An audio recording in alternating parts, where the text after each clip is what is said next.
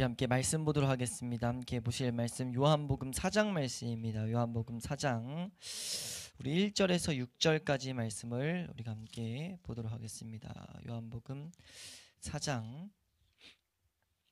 1절에서 6절 말씀입니다. 우리 함께 한 목소리로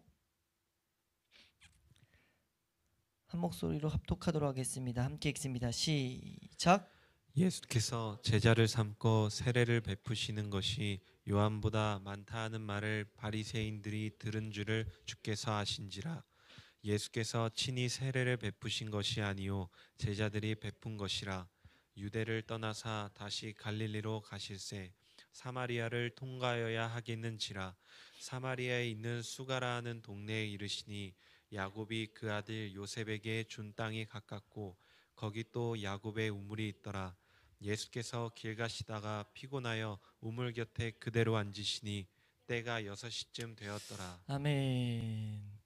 네, 우리가 이제 요한복음 4장 말씀을 보게 됩니다. 요한복음 4장 말씀을 아마 꽤 그래도 길게 아마 올해까지는 다 못 끝내죠. 올해까지 절대 못 끝내는 말씀들을 보게 되는데 그만큼 또 복된 메시지가 이 가운데 이제 들어 있습니다. 3장의 거듭남에 대한 그 이론을 가르치셨다면은 그 거듭남, 그 복된 구원의 장면을 4장에서는 복되게 보여주고 있는 것을 우리가 보게 돼요. 마지막에 잠깐 나누려고 했지만 미리 좀 말씀드리면 우리가 얼마나 묵상해야 될 것들이 많냐면 이 부분에 있어서도 말씀을 가르치던 목회자가 이런 비교들을 성도들에게 주는 것을 그대로 한번 말씀드리면 분명히 의도가 있다는 거예요. 어떤 의도냐? 3장과 4장의 등장인물이 이렇게 극단적으로 대조를 이루고 있는 것. 그러니까 지금 그 3장에서 니고데모는 선생의 위치에 있었고 지금 4장에서는 어떻게 보면 비천한 여인이 등장했어요. 그리고 인종 자체도 다르고 그러니까 하나님 앞에서 아예 비교하면 비교할수록 여러 가지 모습을 띠고 있거든요. 근데 이 가운데 하나님이 분명히 하시는 말씀들을 우리는 분명히 또 그 가운데 묵상을 할 수 있다는 거죠. 그러니까 우리가 말씀들을 그런 식으로 그런 것들이 걸리기까지 하나님이 왜 이렇게 그런 의도로 이렇게 말씀하셨을까?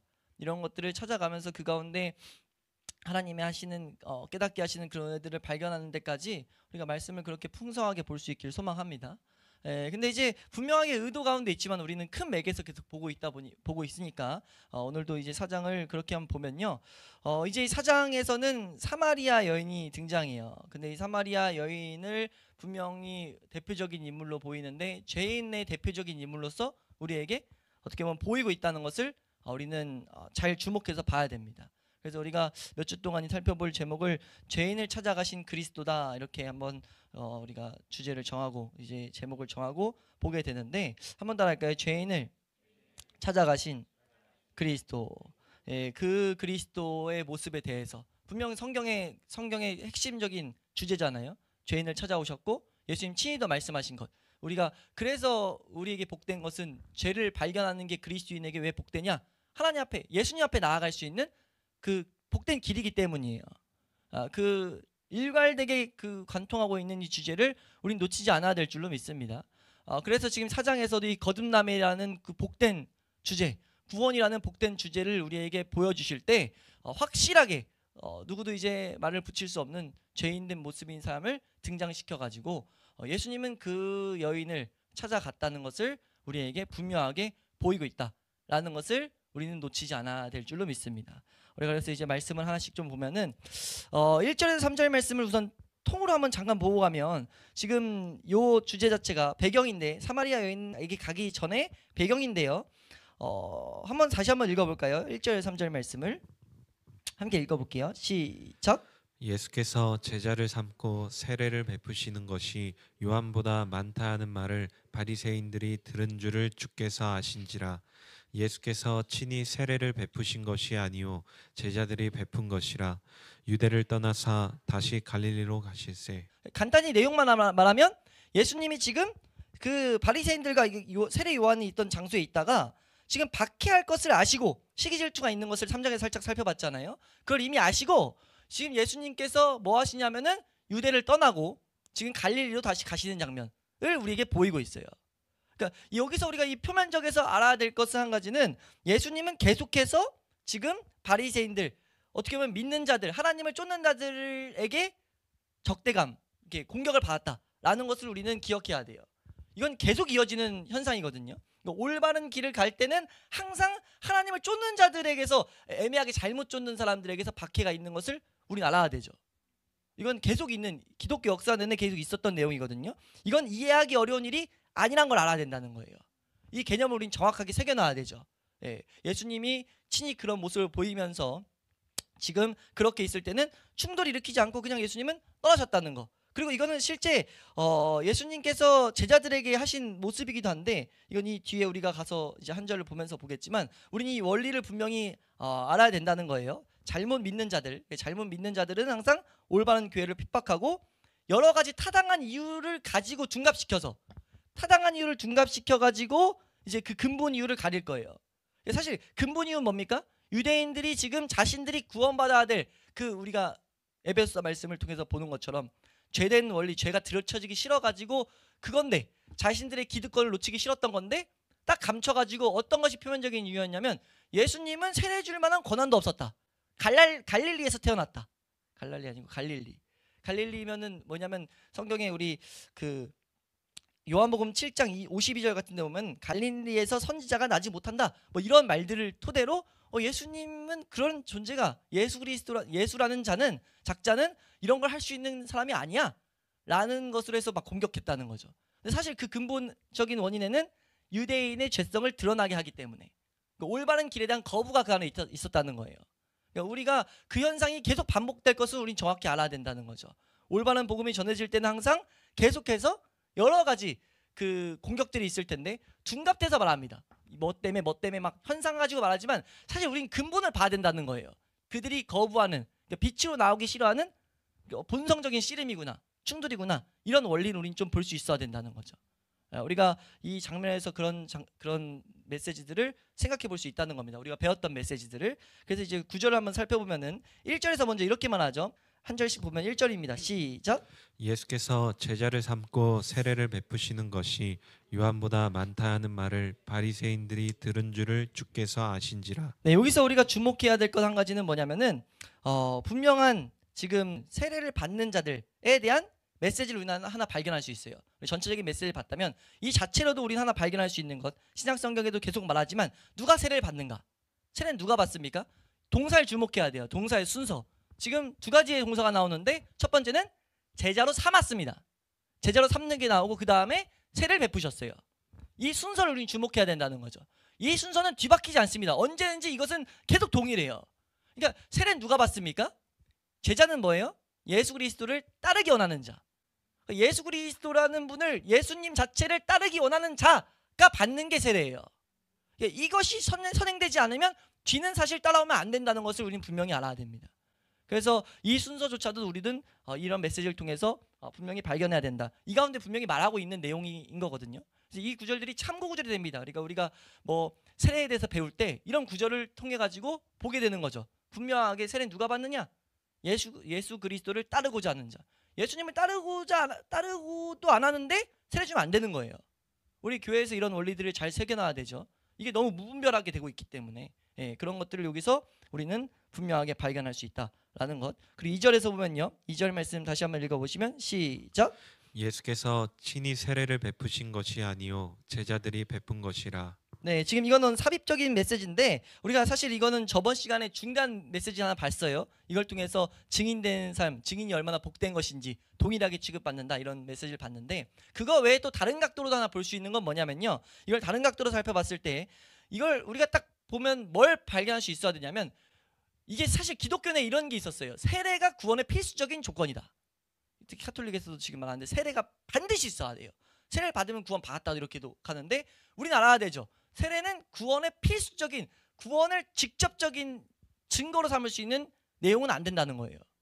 무슨 말인지 이해가 되세요?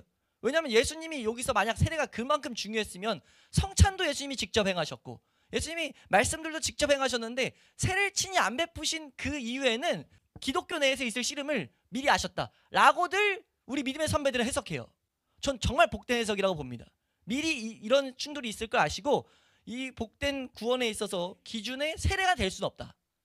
세례가 우리에게, 믿는 신자들에게, 우리에게 정말 복된 표징, 더욱더 풍성의 은혜를 누릴 수 있는 하나의 장치가 될 수 있지만 세례가 구원의 표징은 될 수 없다.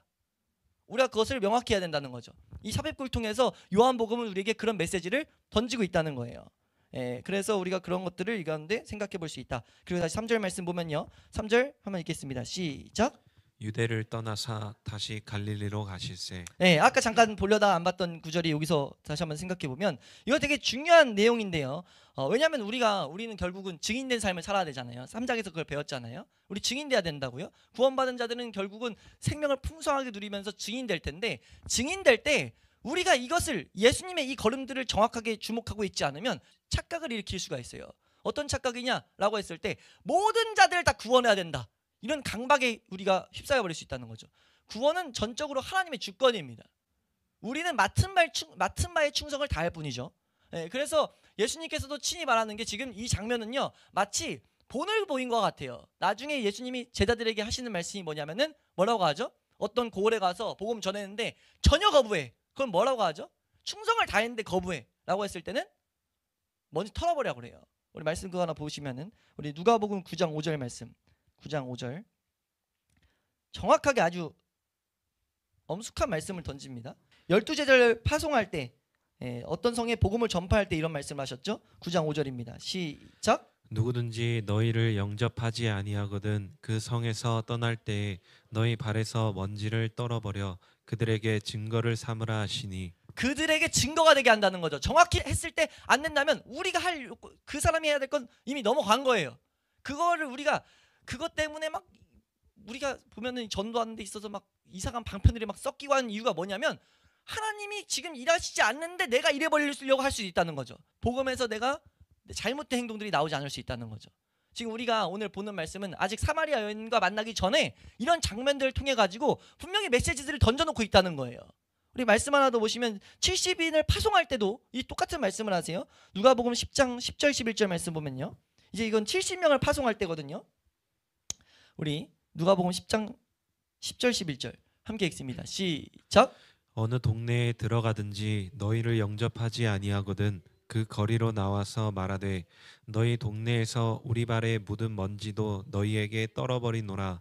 그러나 하나님의 나라가 가까이 온 줄을 알라 하라. 지금 이런 말씀들을 했다는 거예요. 되게 엄숙한 말씀이죠. 이게 사실 우리가 잘 새겨놔야 될 말씀인 게 뭐냐면요, 복음 전파에 있어서 우리가 이제 사마리아 여인이 하나님의 은혜로 이 구원의 은혜를 얻게 되는 것을 보게 되는데, 이 놀라운 구원에 있어서 우리가 알아야 될 하나님의 그런 계획들과 그런 뜻이 있다는 걸 알아야 된다는 거죠.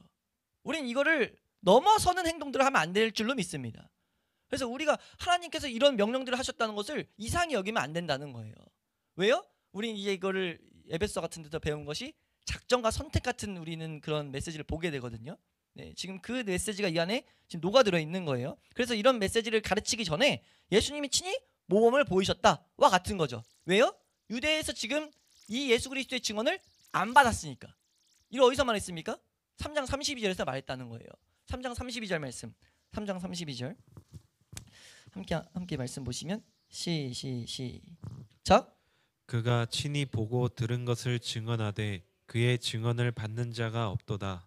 네, 증언을 받는 자가 없었어요. 여러 이유가 있었죠. 아까 잠깐 말했다시피 자신의 기득권을 뺏기고, 예수님의 메시지는 그 유대인들과 충돌을 계속 일으켰으니까 계속 그 마음에 불일 듯 그 뭐예요? 분노를 계속 막 일어나게 했거든요. 자신들이 했던 기준 삼았던 것들을 다 흐트러 버리게 하니까. 그러니까 이게 이 죄성이 막 부딪혔는데 예수님이 그 죄성 때문에 절대 안 놓으려는 그때 그냥 놓고 나갔다는 거예요. 우리는 이런 엄숙한 장면으로 이것을 바라볼 수 있어야 된다는 거예요. 이것이 지금 4장 1절에서 3절 사마리아 여인을 만나기 전에 하나의 배경으로서 보이고 있어요. 특히 요한복음은 예수님의 신성을 드러내고 우리의 믿음을 더욱더 견고하게 하고 생명을 풍성하게 누리게 하기 위한 성경인데, 그냥 적힌 게 아니라는 거죠. 뭐라는 거야? 이게 무선 혹시 안 켜져 있죠? 네. 옆에서 무선을 뭐 쓰나 봐요.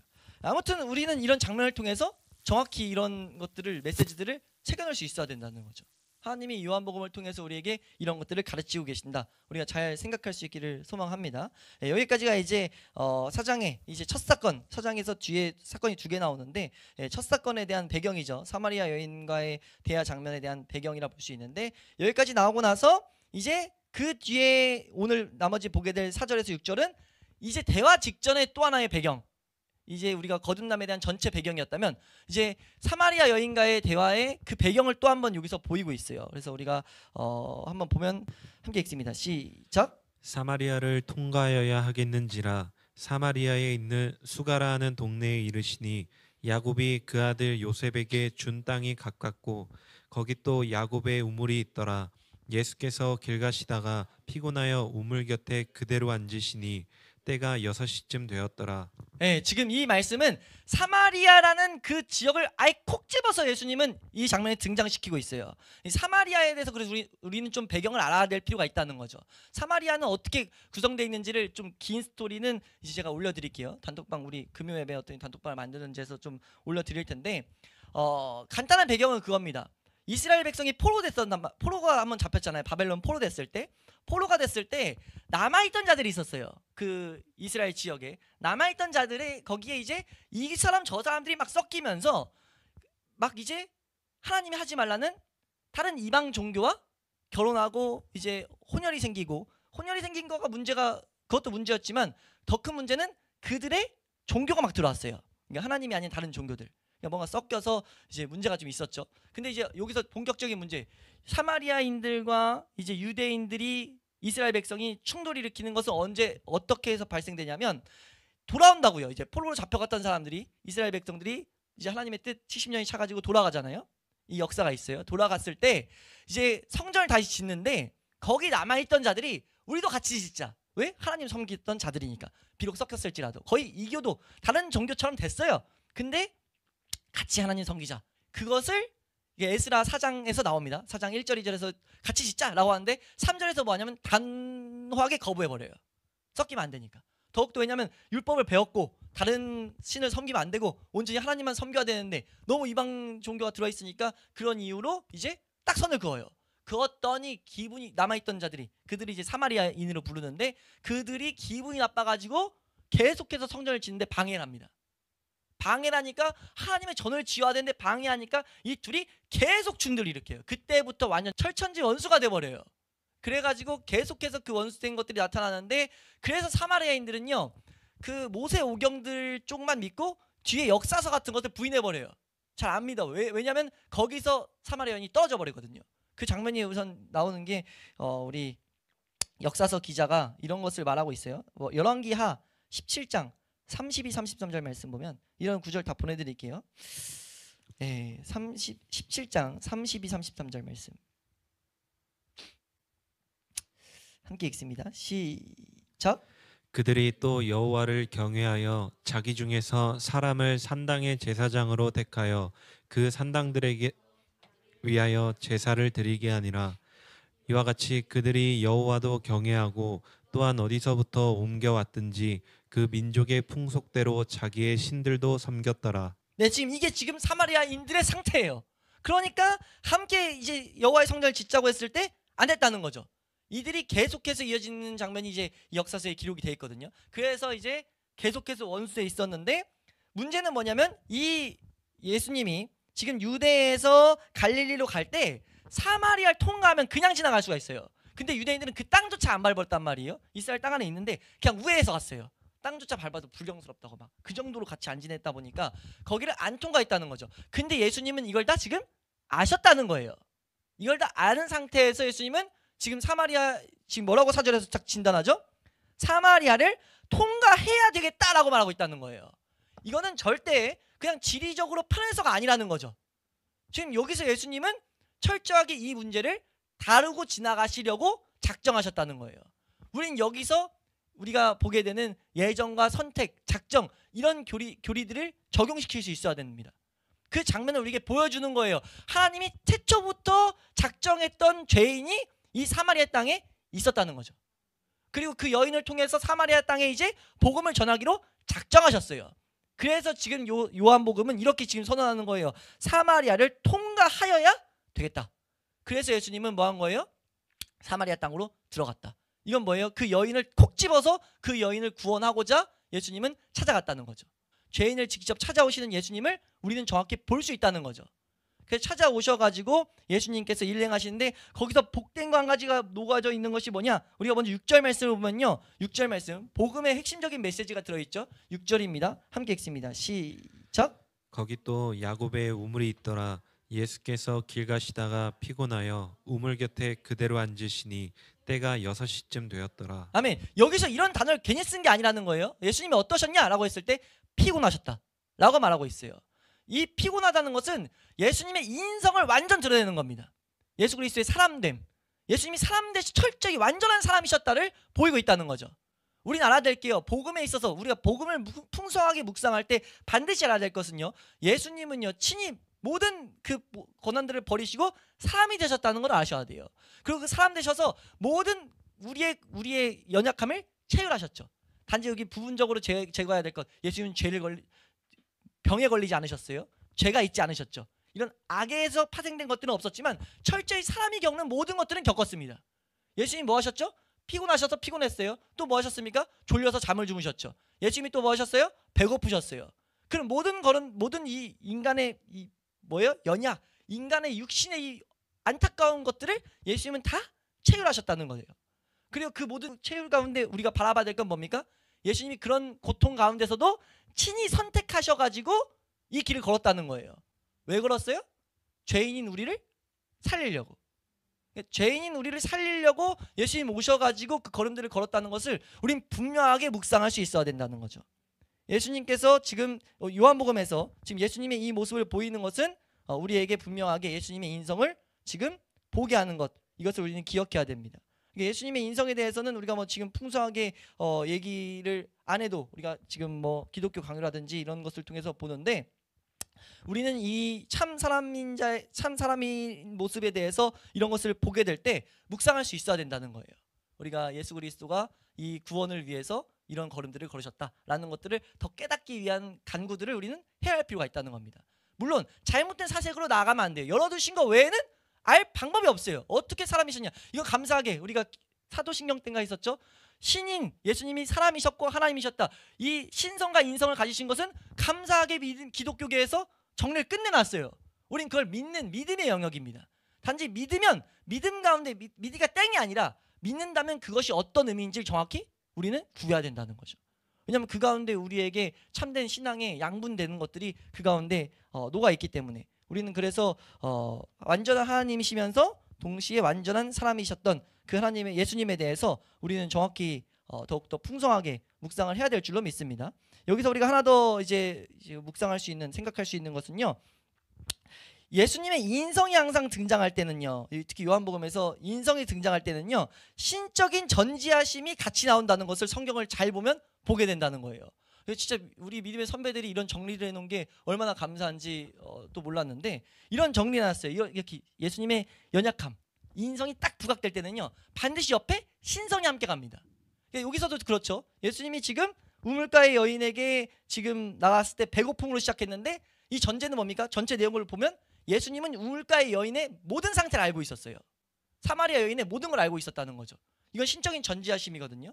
이와 같이 복음서 곳곳에 예수님이 탄생 때부터, 탄생했을 때 구유에 누워서 그 예수님 어떻게 보면 낮은 자리에서 태어나셨는데 동시에 신적인 영광이 그 가운데 함께 있었죠. 네? 천사들이 탄생하신 자를 공표하는 것을 우리가 보게 되잖아요. 또 하나는 우리가 예수님이 힘드셔서 배 안에서 잠드신 장면을 성경이 보여줘요. 근데 그때 바로 이어서 뭐가 나옵니까? 바로 이어서 폭풍을 잠잠케 하는 것을 보이게 하고 있죠. 계속 같이 간다는 거예요.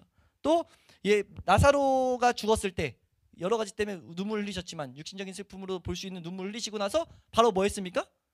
죽은 자를 살리시는 말도 안 되는 놀라운 이적을 우리에게 보이셨다는 거예요. 그러니까 여기서도 마찬가지로 피곤하셔서 앉았으나 지금 이 여인의 마음을 다, 여인의 상태를 알고 있는 신성을 같이 드러내고 있다. 신성과 인성이 계속해서 성경은 같이 등장하고 있다. 왜냐하면 이걸 묵상했을 때 우리의 구원이 더욱더 풍성한 능력, 풍성한 은혜를 우리가 누릴 수 있기 때문인 줄로 믿습니다. 그래서 그런 장면들을 우리에게 분명하게 보이고 있다라는 것들을 우리는 이 배경을 통해서 생각하고 묵상해야 될 줄로 믿습니다. 마지막으로 이 장면에서 우리가 봐야 될, 이 구절에서 봐야 될 것은요, 예수님이 지금 이제 사마리아 여인과 대화하는데 그 장소를 야곱의 우물로 정하셨다는 거예요. 이게 이게 사실 이 믿음의 선배들이 이 씨름들을 안 해놨으면 우린 이 풍성함을 못 누렸을 것 같은데, 너무 풍성한 이 장치로서 예수님이 요한복음 4장에 요한을 통해 가지고 우리에게 구원에 있어서 받을 메시지들을 던져놓고 계신다는 것을 우리는 보게 돼요. 왜냐하면 하나님을 사모했던 믿음의 선배가 어떤 이제 이 말씀을 읽다가 뭘 했냐면, 야곱의 우물을 왜 적었을까? 왜 사마리아 여인을 알게 된 이 장면, 사마리아인을 유대인과 철천지 원수였던 이 인물을 구원시키는 장면을 이제 보이는데 왜 이런 배경들을 적었을까라고 할 때, 우물에 딱 꽂혀가지고 야곱의 우물에 딱 적어놓고 있으니까 라고 해서 성경의 우물들을 찾아갔어요. 근데 그 우물들로 찾아가기 전에 이건 분명하게 예수 그리스도에 대한 상징이다 라고 딱 깨달아 버린 거예요. 근데 왜 깨달았냐? 이사야서 12장 3절 말씀이 떠오른 거예요. 이사야서 12장 3절 말씀 보시면요, 함께 읽습니다. 시작.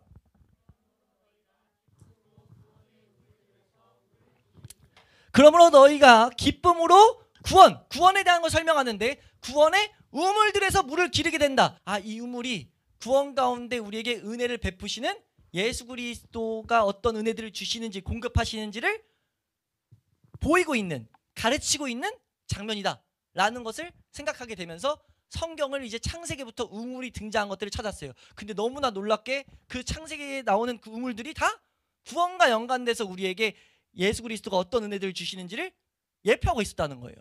우리가 그것을 몇 가지만 보면요, 첫 번째 등장하는 것이 이제 최초의 우물이 등장하는 게 창세기 16장 6절에 나옵니다. 창세기 16장 6절 말씀 보면요, 우리 창세기 16장 6절 말씀 함께 읽습니다. 시작.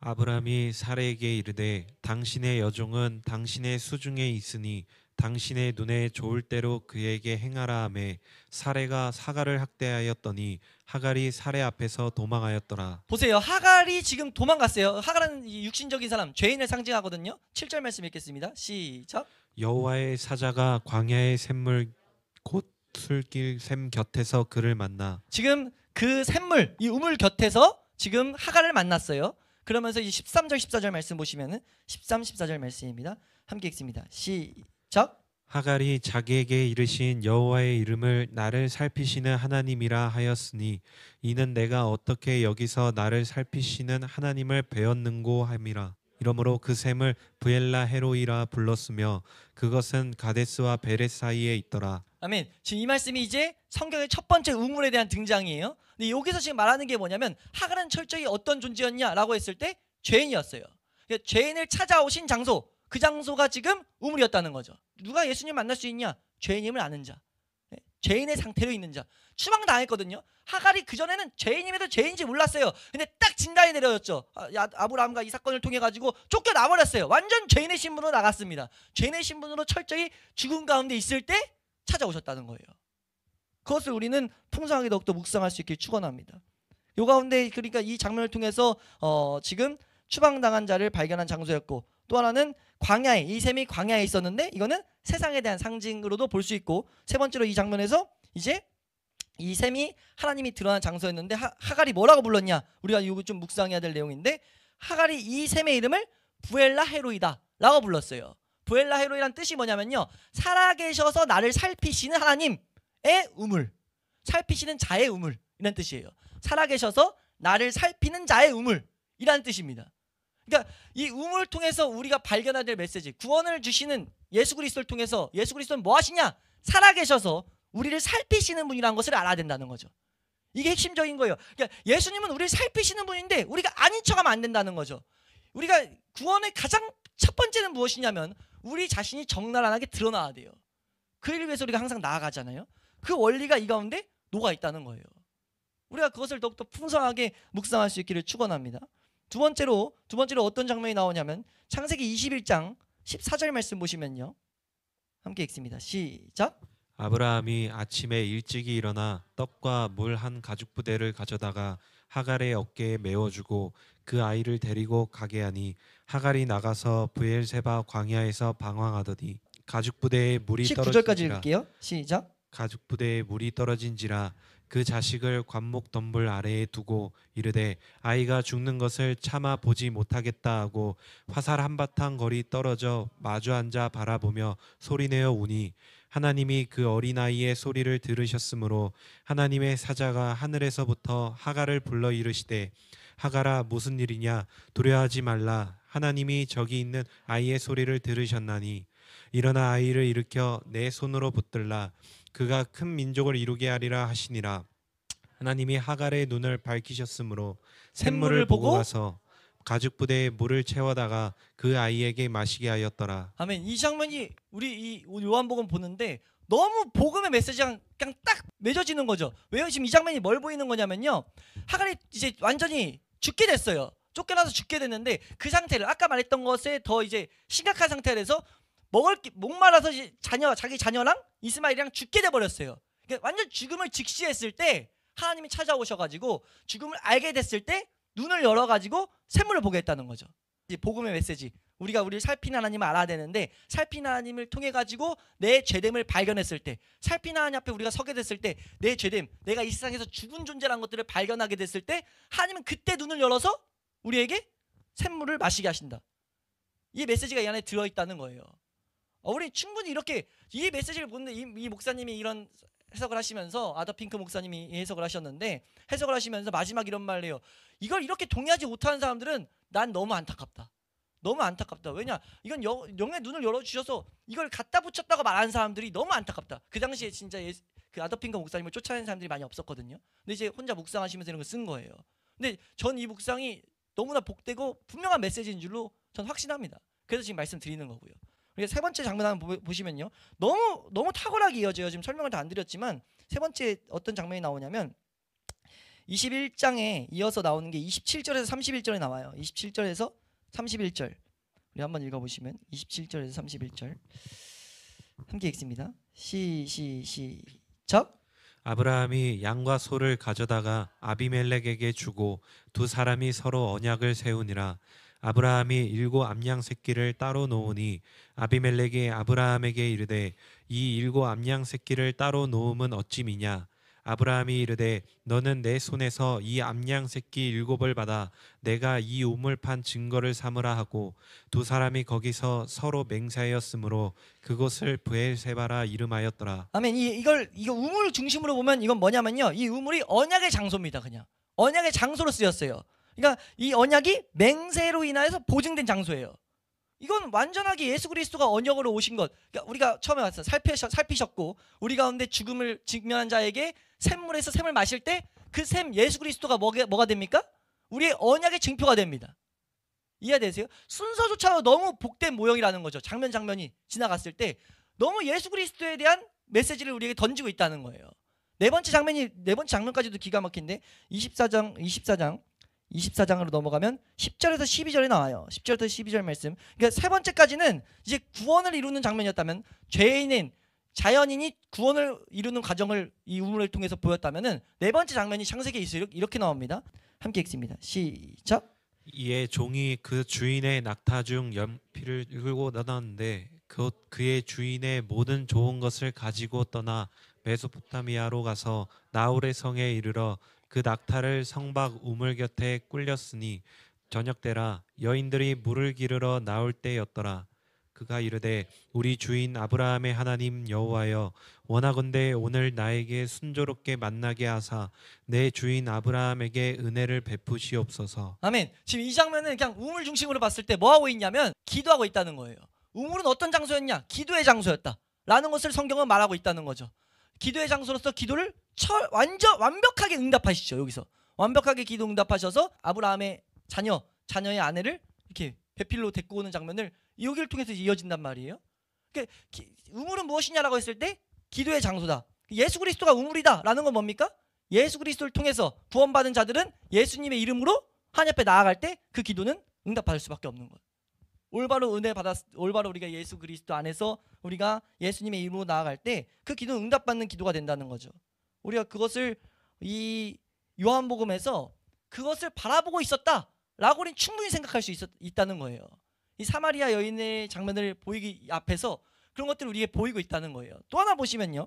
이제 그 다음 장면이 순서대로입니다. 지금 순서대로 우물이 나온 장면들을 본 거예요. 창세기에서 29장에 나오는데요. 1절에서 3절 말씀에 이런 장면이 나옵니다.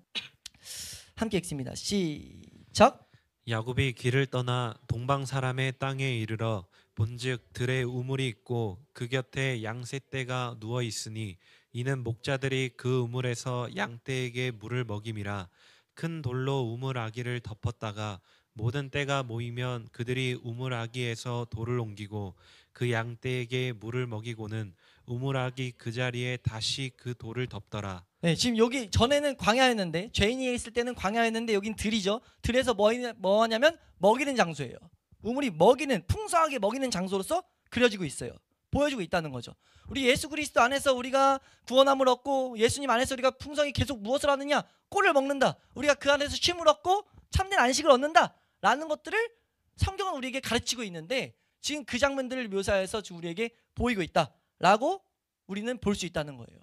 이 뒤에 이제 나머지들은 이제 생략해서 넘어가지만 핵심적인 게 뭐 나오냐면 이제 그 애굽 왕을 피해 가지고 모세가 도망갔을 때 이제 보호하는 쉼을 얻게 하는, 그러니까 쉼을 얻게 하는 장소로서 또 우물이 등장하고 그 뒤에 넘어가서 또 이제 피난처로서의 장면, 그 장면으로서도 우물이 등장하고 우리가 오늘 찬양에서도 우물가의 여인처럼 난구했네 헛된 것을 구했는데 오 주님 채우소서라는 것이 사실 이 장면에서 풍성하게 우리가 사실 구해야 될 내용이라는 거예요.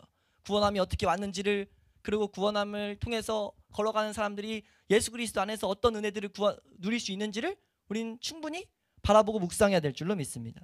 그리고 진짜 이렇게 묵상을 할 수 있는 내용이고 묵상하라고 기록된 것은 분명하기 때문에 분명하단 말이에요. 세계 이제 이렇게 특수한 환경 외에 여기서 콕 집어서 좀 더 묵상하도록 바라보도록 지금 야곱의 우물이다라고 했는데 이것만 보고 이제 마치면, 이건 말씀 안 먹고 내용만 설명드리고 마치면, 야곱의 우물이 되는, 야곱의 우물이라고 불리는 이 장면이 왜 그러냐면은 이 야곱이 이 옆에 세겜 땅을 샀어요.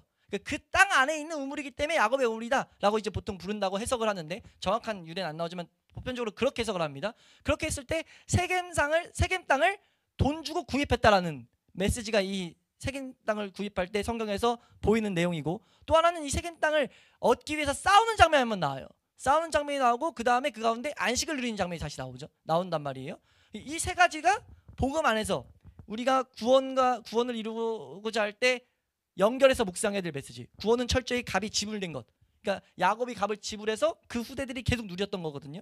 값이 지불된 것이고, 또 하나는 그것을 얻기 위해서 철저한 싸움이 있었고, 마귀로부터 싸우는 그 싸움이 있었고, 그 가운데 우리는 쉼을 누리게 된다 라는 그 복된 그림을 하나님은 요한을 통해 가지고 넣어서 우리에게 봐라, 묵상해라 라고 지금 보이고 계신다는 거예요. 우리가 이제 이 뒤에 우리는 구원을 대해서 다 이제 여러 각도로 천류역정이라든지 다른 말씀들을 통해서 배웠는데, 그 배운 말씀들이 이 가운데 녹아서 들어있다라는 것들을 그냥 보면서 갈 수 있는 이 사장이 될 수 있길 바라요. 근데 사장을 그렇게 보기 앞서서 우리가 오늘 이 1절에서 6절 말씀을 보면서 이 짧은 구절을 통해서 그냥 우리가 사실 그냥 읽고 지나가는 구절이거든요. 우리가 보통 사마리아 여인과의 대화는 이 뒤에 남편 5이 있고 마치고 그런 것, 우리가 예배에 대해서 말하는 것, 이런 거에만 더 이제 주목하고 그 가운데 메시지를 풍성히 또 보기도 하지만, 사실 이 앞에 있는 내용을 통해서도 하나님은 분명히 말하고 계신다는 거죠. 우리가 성경을 얼마나 꼼꼼히 읽어야 될지, 꼼꼼히 읽어서 될 문제가 아니죠. 은혜를 얼마나 구하면서 읽어야 될지, 그리고 얼마나 우리가 사모하면서 읽어야 될지 돌아볼 수 있는 그런, 어떻게 보면 오늘 금요 예배가 됐으면 좋겠습니다. 우리 믿음의 선배가 이런 씨름을 했던 걸 또, 그리고 감사한다면 뭐 해야 되냐면 묵상하셔야지. 우리가 이제 던져드린 이 내용들을 우리가 던지느라고 이제 막 두서없이 막 투박하게 막 지금 던져드렸는데, 우리가 붙잡고 묵상할 때 더 큰 은혜들이 있을 줄로 믿습니다. 하나님이 이렇게 그려놓으셨구나, 나를 살피시는 것들, 내가 구원받은 그 은혜가 분명히 이 과정을 통해서 얻게 된 것을 우리 하나님께서 조명하실 줄로 믿습니다. 그래서 하나님께서 택하셔서 나를 찾아오셨다, 죄인을 찾아오셔서 예수님께서 그 모든 이 세상의 여정을 거치시고 구원 은혜를 주셨다라는 그런 은혜를 또 한 번 더 묵상함으로 우리가 그 십자가로서 살아가는데 유익이 있을 수 있기를 주의 이름으로 축원합니다.